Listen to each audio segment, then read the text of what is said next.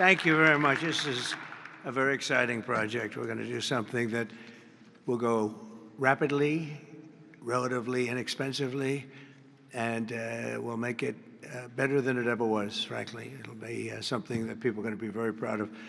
Along with, in the bigger picture, a place called Washington, D.C. That is the bigger one, and we'll talk about that in a little while. But let's talk about right now the Kennedy Center, and I'm delighted to be here as we officially announce the incredibly talented artists who will be celebrated later this year at the 2025 Kennedy Center Honors. It's going to be a big evening. I've been asked to host. I said, I'm the President of the United States. Are you fools asking me to do that? Sir, you'll get much higher ratings. I said, I don't care. I'm President of the United States. I won't do it. They said, please. And then Susie Wells said to me, sir, I'd like you to host. I said, okay, Susie, I'll do it. That's the power she's got. But I just, so I have agreed to host. Do you believe what I have to do? And I didn't want to do it, okay? They're going to say, he insisted. I did not insist. But I think it will be quite successful, actually. It's been a long time. I used to host the Apprentice finales, and we did rather well with that. So I think we're going to do very well because we have some great honorees, some really great ones. Since 1978, the Kennedy Center Honors have been among the most prestigious awards in the performing arts. I wanted one. I was never able to get one. This year, it's true, actually. I would have taken it if they would have called me. I waited and waited and waited, and I said, the hell with it. I'll become chairman, and I'll give myself an honor. Maybe I'm going to honor, next year we'll honor Trump, okay? This year, the board has selected a truly exceptional class of honorees. I mean, really exceptional. First is country music star, actor, and producer George Strait.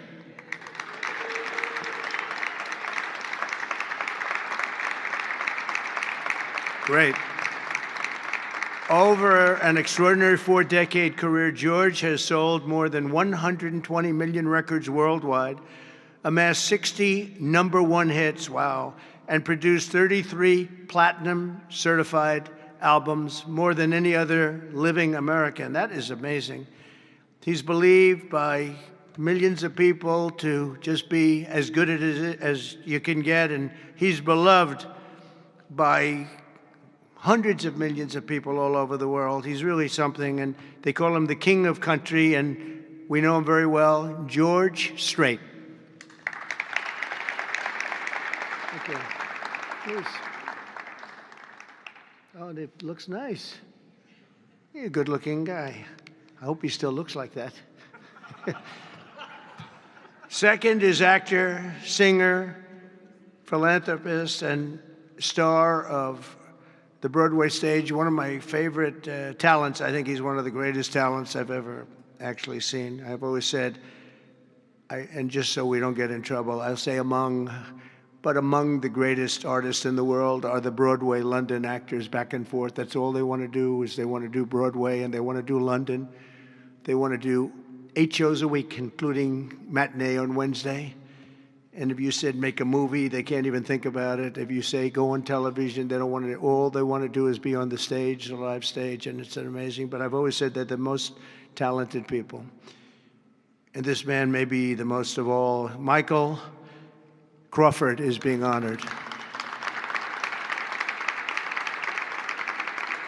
Michael was born in England in 1942. He made his Broadway debut in 1967.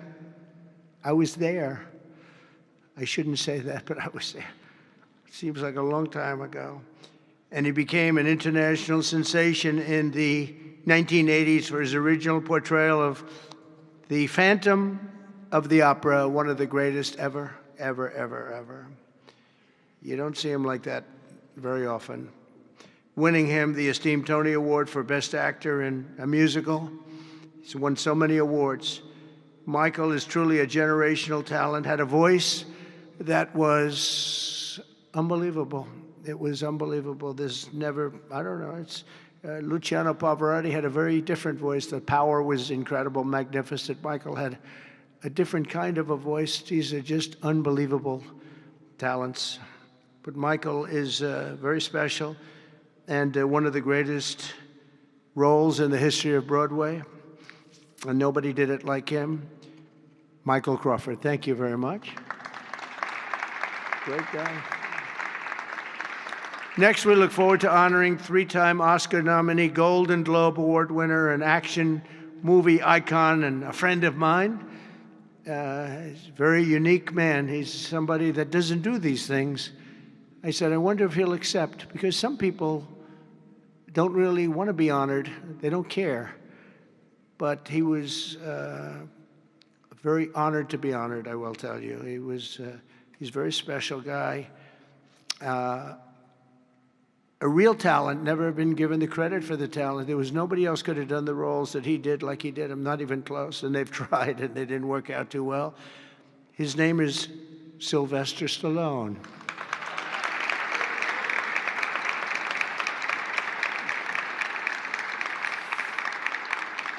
So it's very few, almost, if any, people that could have taken a name and made it so incredible, like Rocky, Rambo, Creed, and others. But think of it, Rocky, Rambo, if you did one, you're good. You do two. And I'll never forget, I was a young guy, and I went to see a thing called Rambo, and it had just come out. I didn't know anything about it, but I was in a movie theater, like we used to go to movie theaters a lot. And I said, this movie is phenomenal. What the heck? And that turned out to be a monster. Rocky is Rocky. I mean, the way that happened, you know, Sly had no money, nothing, and he went around, and everybody wants to do a boxing movie. It's the most, you know, probably more than any other type of character, boxing, always boxing. It's so great. And there's rarely been anything like this one. John Voight did a great one, as you know. Champ, great. I think that was right there, too. John Voight's a phenomenal person, phenomenal actor. But Sly came in, and he had no money. He wrote a script, along with thousands of other people writing scripts on a boxer. And for some reason, a studio picked up this and liked it. And Sly he's in an old car that he came in from Brooklyn, or someplace in New York, but I think Brooklyn. It barely made it to California. He was sleeping in the car. I mean, he had nothing. And he wanted control over who the actor was going to be, because he said it can't be successful if you're going to pick a movie actor with a bad build, okay? A nice face, but a bad body. And he said, I can't have these guys, because he's a tough cookie, and he knew exactly what it took. He knew what a boxer's body was. So they brought him one, and I won't tell you who it was, but it was a big name. But the chest wasn't exactly what you need. One shot, and your heart would pop out. That wasn't too good. Then he did another one. He was fat, sloppy, but had a good face. Then he did another one, and another one, and another one. And he turned it down. He wouldn't take $1 million. He wouldn't do it. And it turned out that when they saw him, they said, you know, you'd be actually pretty good for this role. And he had never done this before, anything like it. But think of it, he turned down $1 million. He had nothing. He refused to let somebody else play. He didn't want to play it. He wasn't original. He did it as a writer. But he ended up playing it because he couldn't find anybody else that fit the role. And who knew what would have happened? He's become a legend of the silver screen, a true legend, and he's a great guy. He's a little bit tough, a little bit different, I will tell you. He's a little tough guy. But he's a phenomenal person with a phenomenal wife and family. Incredible wife, incredible family. His films grossing more than $7.5 billion, which is either a record or very close to it. I can't imagine anybody doing more. If you add up Rambo and Rocky and these others, I can't imagine anybody doing much more. 7.5 billion worldwide over the course of 6 decades. And Sly is a pillar of the really American pop culture and a Hollywood superstar like few others, and one of the biggest names on the Hollywood Walk of Fame. In fact, the only one that's a bigger name of the Hollywood Walk of Fame, they say, is a guy named Donald Trump. I'm on the Hollywood Walk of Fame, too, if you can believe that one. But he's amazing. He's really amazing. And he's actually a great actor. Fourth will be together celebrating one of the most revered singers of the American disco era, Gloria Gaynor. Best known for her chart-topping 1978 hit, I Will Survive. Gloria won the 1980 Grammy for Best Disco Recording, and her song was inducted into the National Recording Registry in 2016. 4 decades later, Gloria won a second Grammy in 2020 for her gospel album, Testimony, which is incredible. Truly a historic achievement, not only in terms of the years that have gone by to be great that long, but to have the two top of anything in that span of time, and with that kind of period between, is pretty amazing. But I will say that I Will Survive is an unbelievable song. I've heard it, like everyone else here, thousands of times. And it's one of those few that get better every time you hear it. And nobody can sing it like her. And that's an honor. So, Gloria Gaynor, thank you. Thank you very much. And finally, we'll be honoring one of the greatest rock bands of all time, Kiss.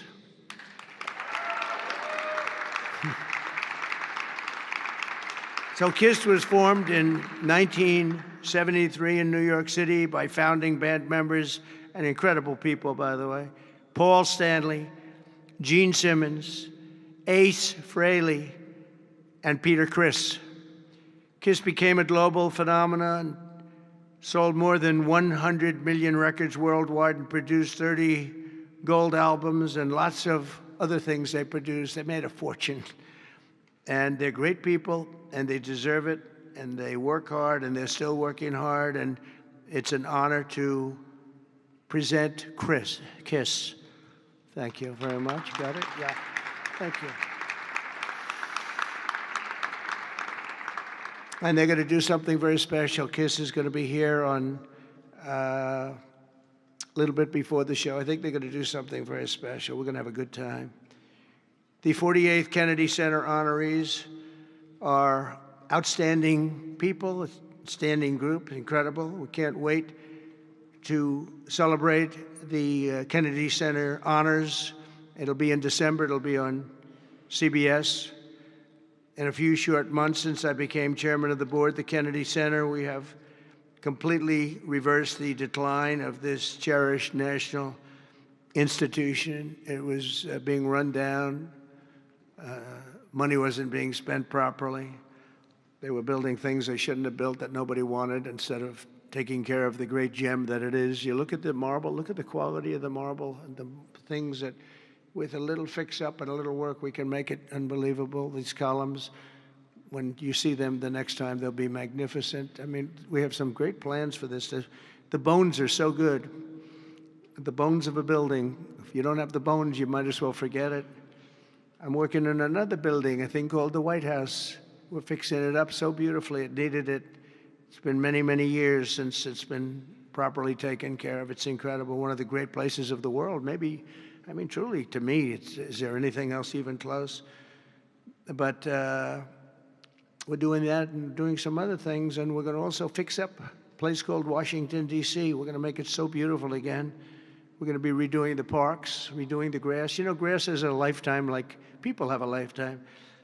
And the lifetime of this grass has long been gone when you look at the parks where the grass is old, tired, exhausted. We're going to redo the grass with the finest grasses. I know a lot about grass because I own a lot of golf courses, and if you don't have good grass, you're not in business very long, Lindsey Graham. By the way, you have very good poll numbers, Lindsey. I just saw. Congratulations. But a few short months ago, I became chairman of the Kennedy Center, and we completely reversed it. We reversed what was happening. We ended the woke political programming, and we're restoring the Kennedy Center as the premier venue for performing arts anywhere in the country, anywhere in the world. This has the potential to be anywhere in the world. We're going to make it something that people can't even believe. We have some unbelievable plans, and ultimately, it's about the talent you get. Though, you know, you can have a beautiful building. You can have nice marble walls. You can have nicely done columns, as I was saying. But if you don't have the talent on the stage, and we're going to get the best talent in the world. To that end, the world-renowned musical Les Mis had a phenomenal 5-week sold-out run this summer. It beat projected revenues by 35%, and we've raised over $10 million in private funds from a lot of generous donors, and we closed the $26 million budget shortfall that they had before we got here. And with the help of Congress, we secured the critical funding necessary to rebuild the building, and we're going to get all brand new, highest level seats, magnificent seats, and it's going to be all new. We could have taken the existing ones and do a little paint job, a little fabric, but it's not the same thing. So we'll be taking out next season. All of the seats will be taken out. The room is being completely rebuilt, and I just want to thank the Republicans in the Senate, headed by Lindsey. In that case, Lindsey was she's a big fan of this building. And they got a record $257 million that's going to go toward renovations that the building really needs, and all of the exterior is going to be incredible. It's going to be exciting.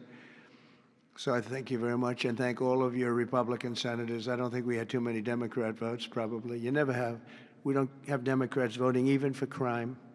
But I shouldn't make this political, because they made the Academy Awards political and they went down the tubes. So they'll say, Trump made it political. But I think if we make it our kind of political, we'll go up, okay? Let's see if I'm right about that. But I want to thank the executive director for an incredible job. He's done great. He's been with me for just about the beginning, and everything he's touched has been good. He was on high intelligence. He worked in low intelligence and high intelligence. He did better with the high intelligent people, but he's been fantastic. He's the executive director, Rick Grinnell, for his work. Thank you very much, Rick. Unbelievable job. And as well as Lindsey and all the people that helped us in Congress, I want to thank, and the Senate has been incredible. By the way, Leader Thune has been unbelievable, and Speaker Mike Johnson. These are great people. What we're doing with the great big beautiful bill is you're going to see a whole different country. You're seeing it already. We're coming in where the trillions of dollars is coming in from tariffs from all over the world, from countries that took advantage of our country. They thought we were children. They took advantage of us for decades, and now the money is flowing to us, and we've become the hottest country anywhere in the world. But the Kennedy Center board members, many of whom I knew, and many of whom I put on the board, and it's as good a board as I've ever seen. And on the board also, and some people that are doing an incredible job. One in particular is Attorney General Pam Bondi. The job she's doing is incredible. Thank you very much. Long beyond the Kennedy Center. The Kennedy Center is the easy part. She's incredible, and you're going to see a big change in Washington crime stats very soon. Not the stats that they gave, because they turned out to be a total fraud. The real stats, the stats went through the roof. You know, they had a man that was forced to put up stats like they were doing better. They're not doing better. Crime is the worst it's ever been, but it started as of about yesterday. You see a big change, and people are feeling safe already. I've had so many calls, thank you, sir, thank you. They were afraid to walk out. They're not afraid anymore. And this will be like the border. We started off with millions and millions of people coming in from all over the world, gang members and people from jails. They were unloading their jails into our country. All over the world they were coming, drug dealers. They came from Africa, they came from Asia, they came from South America, Venezuela in particular. They were coming in, Trinidad, and the toughest people you've ever seen.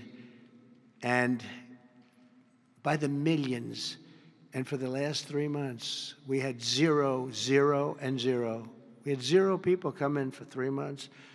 They respect our country again. That's the other thing. All over the world, our country is respected again. So I also want to thank the Chief of Staff, Susie Wiles, who's fantastic. She's done an incredible job. And Sergio Gore for the job he's done with personnel. Thank you very much, Sergio. Fantastic. In the coming months, we'll fully renovate the dated and the infrastructure of the building and make the Kennedy Center a crown jewel of American arts and culture once again. I think we'll bring it to a higher level than it ever hit. Actually, it hit a certain level, but we're going to bring it to a higher level than it ever hit. We have the right location, and soon we will be a crime-free area. This is going to be a crime-free area, by the way. You'll be able to go out. People tell me they can't run anymore. They're just afraid. And they'll be running again. We're going to have a crime-free. It's a big statement because if one thing happens all year, Pam, you better be good, because they'll say Trump did not fulfill this.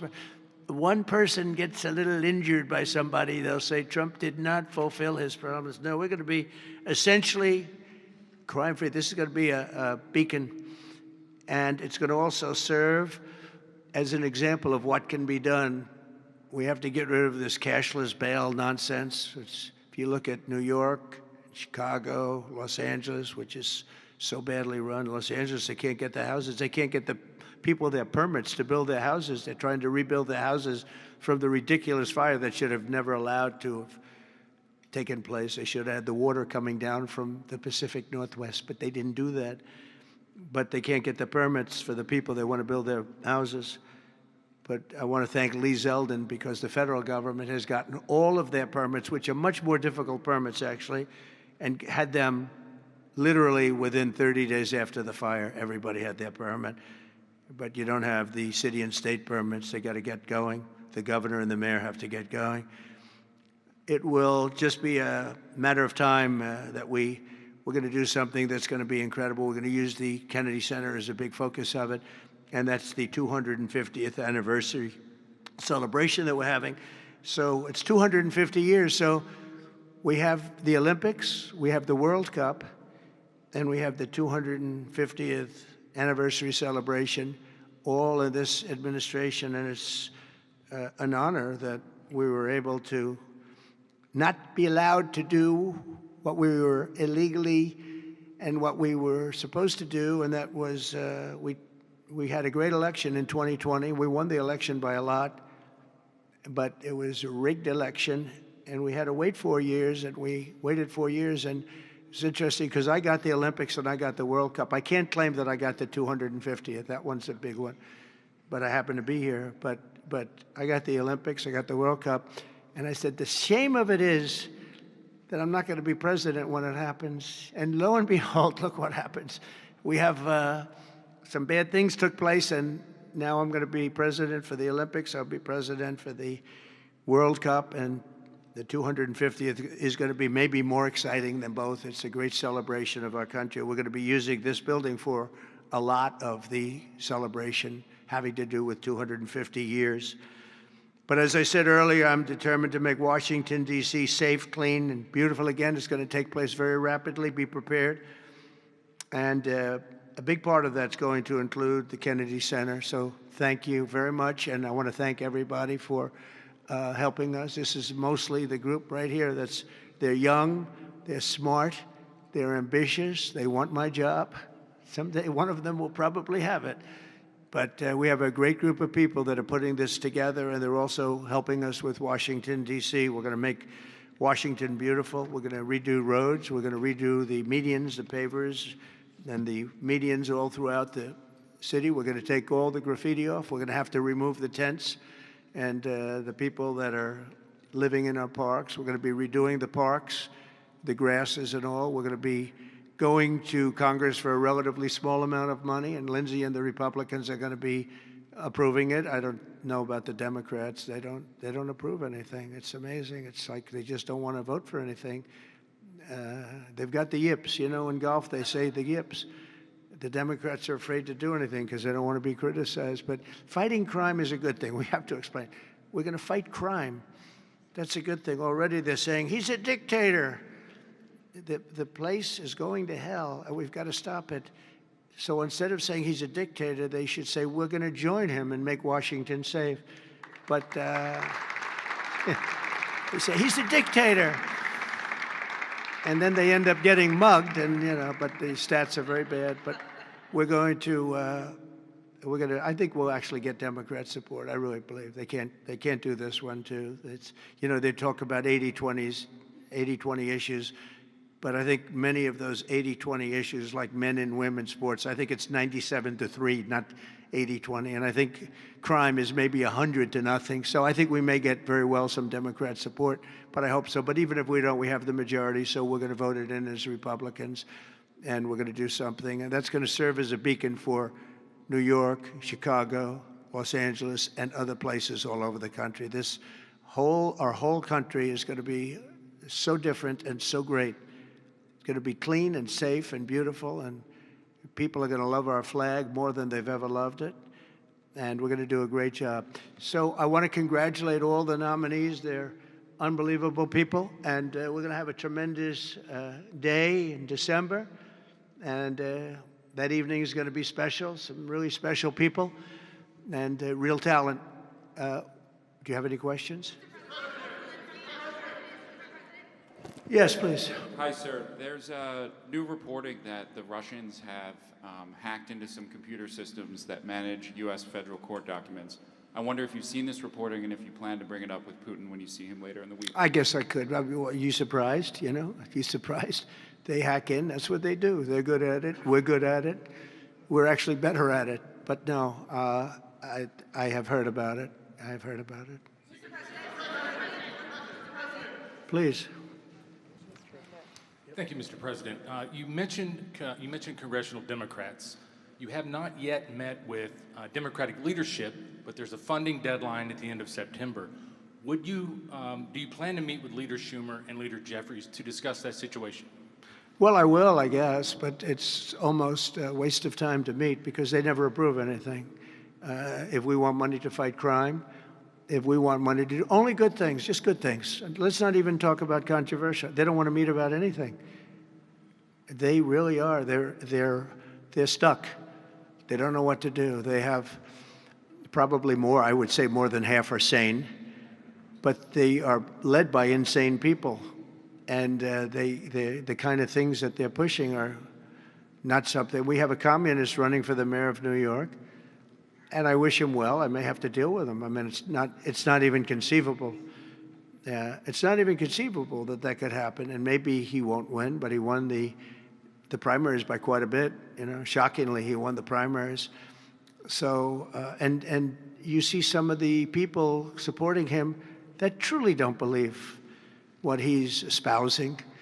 So, I mean, we will meet, but nothing's going to come out of the meeting. But here's the advantage we have is that we just passed a great, big, beautiful bill that had all the biggest tax cuts in history.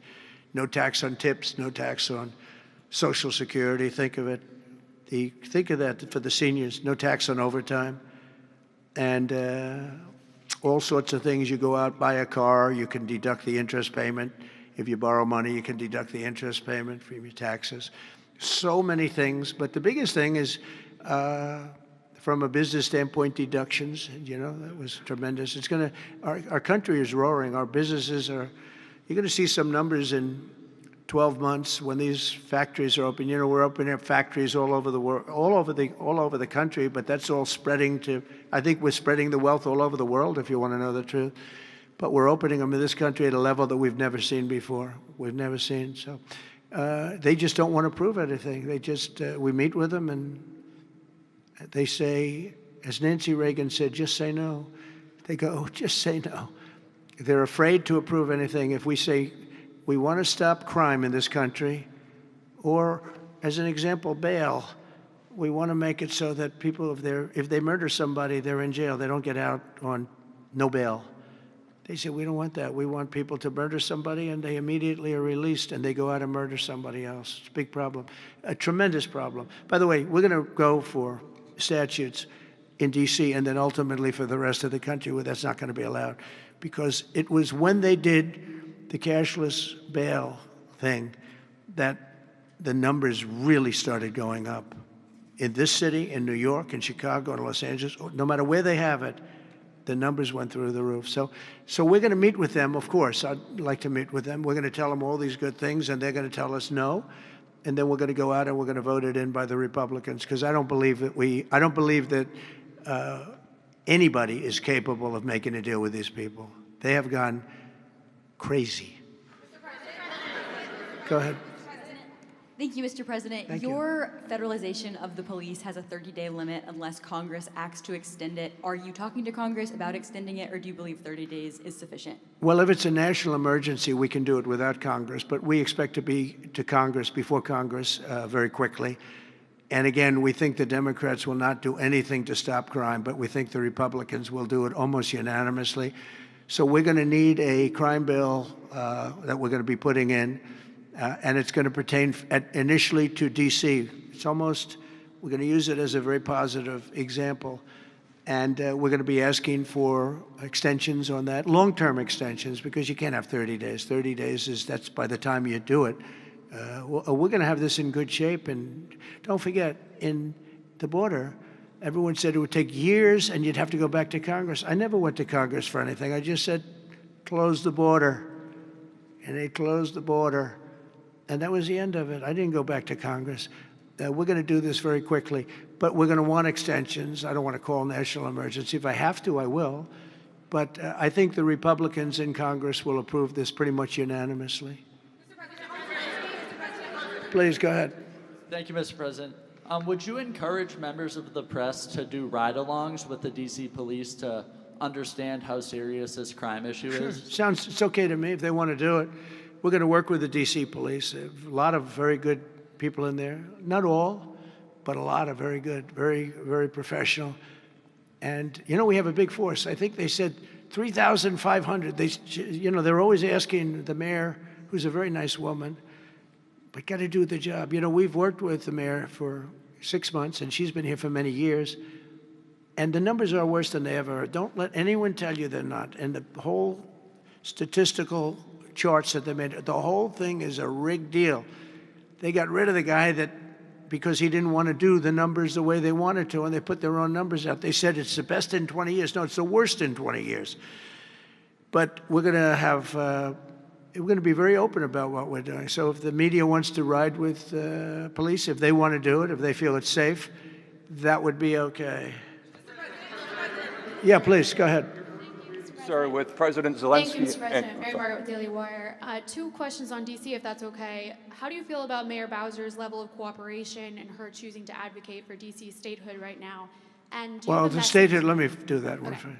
Statehood is ridiculous. We want to straighten the place out. Statehood's ridiculous. It's unacceptable. It's the Democrats want it because the Democrats have, about 95% in this little area. Even I didn't get it very much. They want that. They want to pick up 2 senators, and it's not going to happen. It's not going to happen. And that's the least of the reasons why, by the way, but that's one of the reasons why. What we want to do is make Washington, D.C., the greatest, most beautiful, safest capital anywhere in the world, and that's going to happen. I mentioned the word bones before. The bones here, we have the greatest bones. When you look at that Supreme Court building, I think it's one of the most beautiful buildings. When you look at some of the buildings here, it's so magnificent, and everything's good, but it's just dirty and not properly maintained. It's not taken care of. Potholes in the roads. All of it's going to happen very quickly. We're going to seek a relatively small amount of money for fix-up, and we're going to put it out to bid. We have great contractors here, great road builders, everything, and we're not ripping roads apart so they're closed for 4 years as they redo the concrete bases. And you don't need that. We need a beautiful topping by a very talented asphalt-type person, somebody that does the job. We go out, when I get contractors, I use great contractors. To me, great contractors are very special, like a great surgeon, like a great teacher, like a great nurse. A great contractor is very important. We'll only use the best. And when you put a coat of asphalt on that top, 2 inches of asphalt, 3 inches of asphalt, it looks brand new. You take all the garbage off. They reseed it, as we call it, or different names, but they take the bad stuff off and they put the good stuff down. It takes not a long period of time. A matter of a few days, you'll have a beautiful, magnificent road. You fix up the curbs. You get rid of the medians in this town are just horrible. You know, you're riding around, I think to myself, leaders come from foreign countries. You see, with leaders all the time, different leaders. They came in from India recently and from everywhere. They came in from a war that we just ended, Azerbaijan, and you know that, and Armenia. We just ended the war. The two leaders came in. One of them said, my country looks better. The roads are better than, you know, we were talking about. I said, what do you think? He said, well, the roads are better in Armenia than they are in Washington, D.C. It's embarrassing. And I was asked at the last press conference, they said to me, how important is it? You're doing world peace. We're going to on Friday to Alaska, meeting with President Putin, Russia. How important it is that the capital is important? I said, very, very important. I told my father, said to me, when you see a restaurant and you want to go and you want to have dinner, and then you go up to the front door and it's dirty, turn around and go back because the kitchen's dirty. It's the same thing with the capital of the United States of America. If it's dirty and unsafe, it sets a bad tone for the rest of the world. So we're not going to do that. We're going to have this capital fixed up, safe, clean, and beautiful in a very short period of time. Go ahead, please. In the back? Yeah, please. Yes, Mr. President, how were your calls this morning with European leaders, and was it your call not to invite President Zelensky to your meeting with Putin? No, just the opposite. No. We had a very good call. He was on the call. President Zelensky was on the call. I would rate it a 10, you know, very, very friendly. I know the leaders because I was at NATO, as you know. I took it from 2% to 5%, 2% that wasn't paid, 5% that is paid, which is trillions of dollars in defense capability. No, it was always going to be, I was going to meet with President Putin, and then after that, I'm going to call the leaders and President Zelensky. I'm going to call President Zelensky, and then I'll call probably in that order the leaders. There's a very good chance that we're going to have a second meeting, which will be more productive than the first, because the first is I'm going to find out where we are and what we're doing. Again, this is Biden's war. This isn't my war. He got us into this thing. And it should have never happened. This war would have never happened if I were president. But it is what it is, and I'm here to fix it. And I'm here to stop 6,000, 7,000 people last week. 7,213 people last week were killed, mostly soldiers. But missiles being lobbed into towns don't exactly help either, but mostly soldiers. And Ukrainian and Russian, they're not American soldiers, but you know, if we can save a lot of lives, it would be a great thing. I've stopped 5 wars in the last 6 months. And on top of that, we wiped out the nuclear capability of Iran, obliterated it. It's turned out to be a correct word, by the way, because you know some of the press said, well, maybe it wasn't obliteration. It was obliteration. And we're going to meet with, I would say, the second meeting. If the first one goes okay, we'll have a quick second one. I would like to do it almost immediately. And we'll have a quick second meeting between President Putin and President Zelensky and myself, if they'd like to have me there. And that would be a meeting where maybe it could be absolutely work. But the first meeting will not work that out. Certain great things can be gained in the first. It's going to be a very important meeting. But it's setting the table for the second meeting. I think the second meeting, if the second meeting takes place. Now, there may be no second meeting, because if I feel that it's not appropriate to have it because I didn't get the answers that we have to have, then we're not going to have a second meeting. Thank you, sir. Thank you, sir. I didn't ask you. Go ahead, please, address. I just wanted to ask you, thank you, Mr. President. How involved were you in the selection process of these honorees? I would say I was about 98% involved. No, they all went through me. They came over, Rick and Sergio and everybody. They said, I turned down plenty. They were too woke. I had a couple of wokesters. No, we have great people. This is very different than it used to be.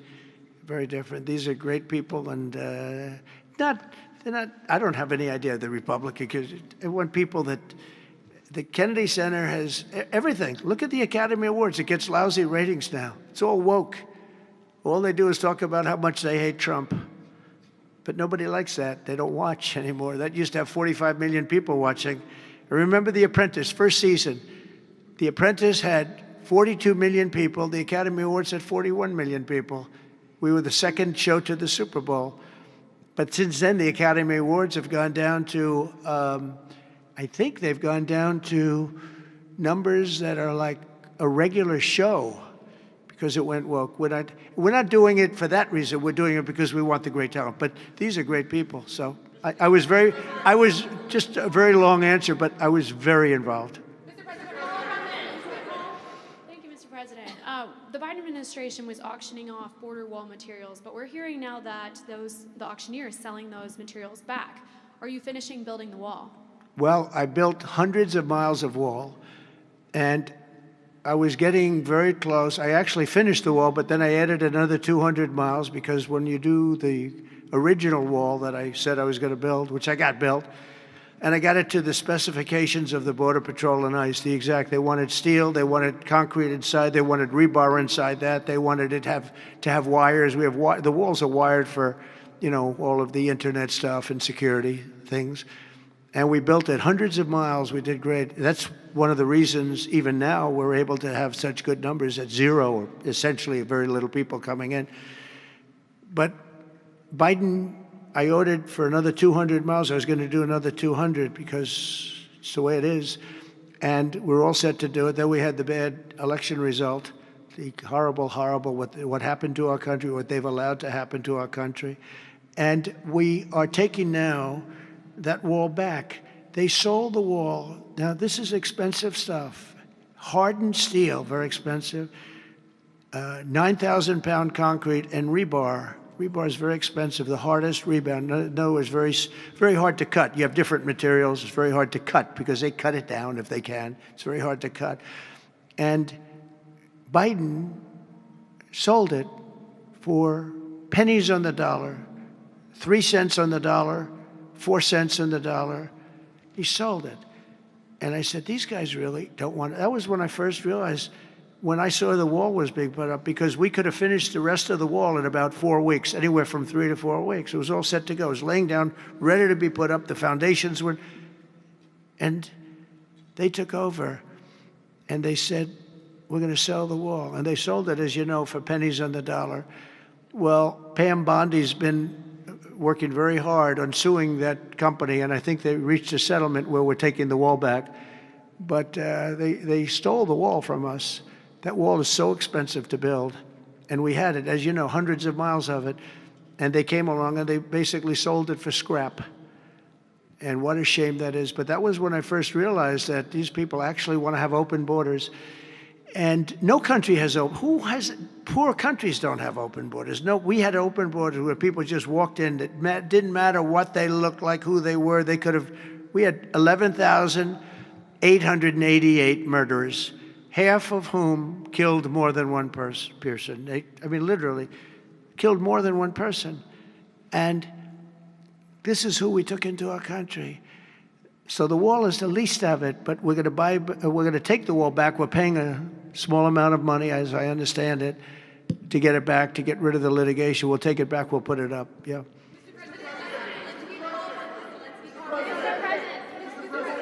Go ahead in the back, please.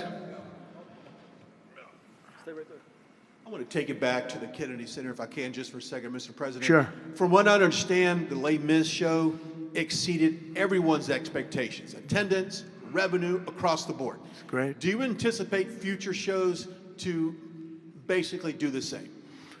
I like that guy. Now, that's called a question, okay? And he's a great reporter, actually. Thank you very much. I appreciate it. Yeah, it did great. Les Mis did great, broke records, and was sold out and beautiful. And we anticipate a lot of that happening. There's a thirst for it. And especially when the crime is knocked out. You know, when we knock out crime, some people probably stay away from places like restaurants and other things. It ruins your whole fabric. It ruins your country. And when somebody thinks they have about a 25% chance of getting mugged, they say, let's not go to restaurants tonight. We're going to make it so that they have no chance of getting mugged. And it's going to happen soon. And yeah, we think we're going to have a lot of very successful evenings here. Please. Will Russia face any consequences if Vladimir Putin does not agree to stop the war after your meeting on Friday? Yes, they will. Yeah. What will the consequences there will be be? consequences. Sanctions, tariffs? There will be, I don't have to say, there will be very severe consequences, yes. Yeah, please. Can I ask you a question about the Fed? Right next to you, please, yeah. About the Federal Reserve. Oh, Federal Reserve, my favorite. Too late. He's too late. You're considering suing Jay Powell. Can you update us on your thinking about that and tell us where you are in your search for a new chair? Well, he took a building that could have been painted and fixed, like we're going to fix this building for very little money. And that was in better shape. He took a building and what they did to that building, they built a basement under the building. It didn't have a basement. This is simple to understand. The building is right next to a thing called the Potomac River. The beautiful Potomac River. That means lots of water. And the water is right under the building. And they decided to build a basement under the building in the Potomac River. So in order to do that, you need the biggest pumps that God ever created. And they were pumping their hearts out, but as big as those pumps are, you can't pump it fast enough because it's the Potomac River. If the pump were bigger than this room, you couldn't pump it. But they tried, and they've been building a basement. And I said, why did you want to build a basement? I thought it would be a good idea, sir. A basement is the least valuable floor in a building. I know a lot about real estate. The least valuable thing is the basement. And you don't build a basement under a building that is 2 feet above the river that's right next door. You know, it's right near the river. People don't realize the river's right out their window. And that's the beginning. They did just a terrible job. Instead of, I could take a ceiling like this, they'd rip out the ceiling because they see a crack. Let's rip out the ceiling. And I would fix the crack and I would paint the ceiling. And under the ceiling, they put the most incredible protective material. They go out by 3/4 inch, brand new, gorgeous 3/4 inch plywood and sheetrock, hardened sheetrock. And they had it all over the building. So if a little piece of flake came down, but the problem is when they took the ceiling down and it would hit, they spent millions of dollars on protective material that you didn't have to spend anything. He could have done that job for $25 million, and they spent $3.1 billion. He said 2.7, but it's really 3.1. They just don't want to include one of the buildings in the deal. But it's going to be much more than that. And I think he'll be long gone by the time it finishes because they've got a long way to go. And then I hear they want to hire 3,000 economists. What are they going to do? And he got it all wrong. He's too late. We call him Jerome Too Late Powell. It will live with him forever. I believe that name will live with him forever, along with the name Pocahontas and some of the others. He worked closely with Pocahontas, by the way. She's another beauty. But we have a real problem there. They're way over budget, and they did a job that shouldn't have been done. It was unnecessary to be done.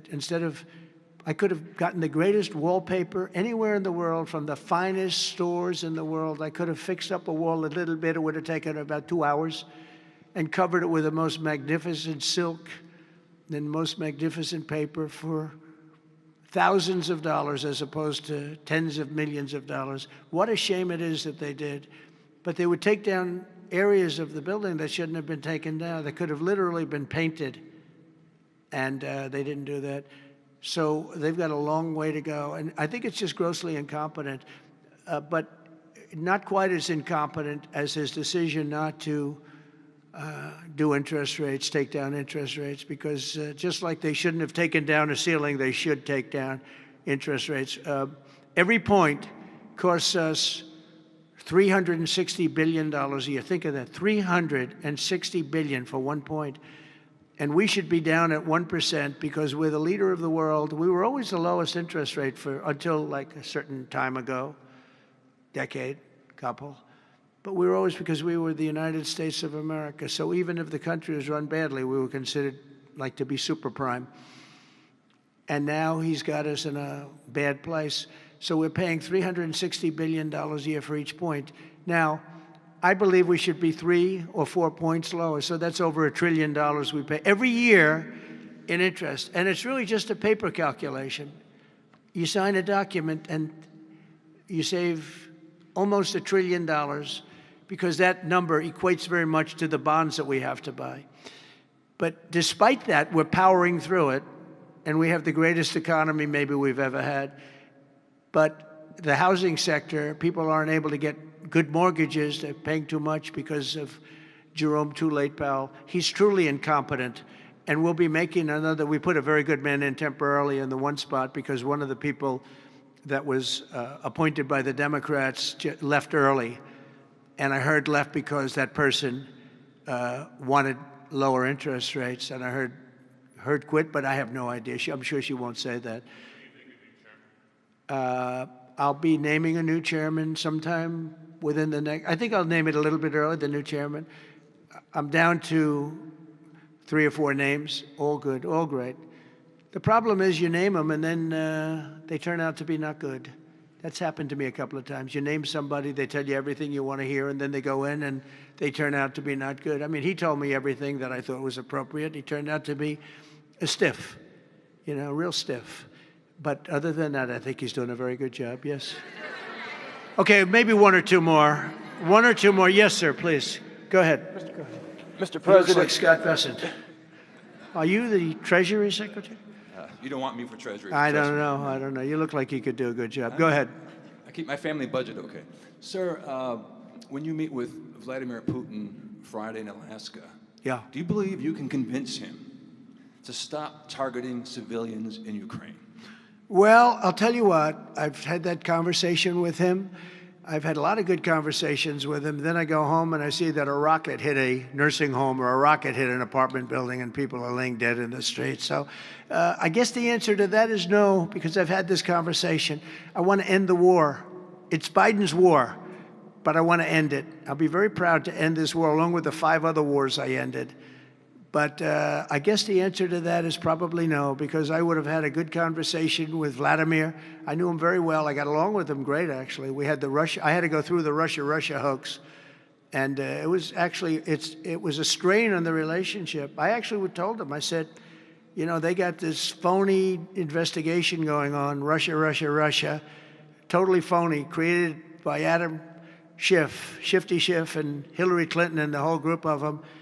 And it made it very dangerous for our country because I was unable to really deal with Russia the way we should have been. I'm looking at Pam because I hope something's going to be done about it. These people put our country at great danger.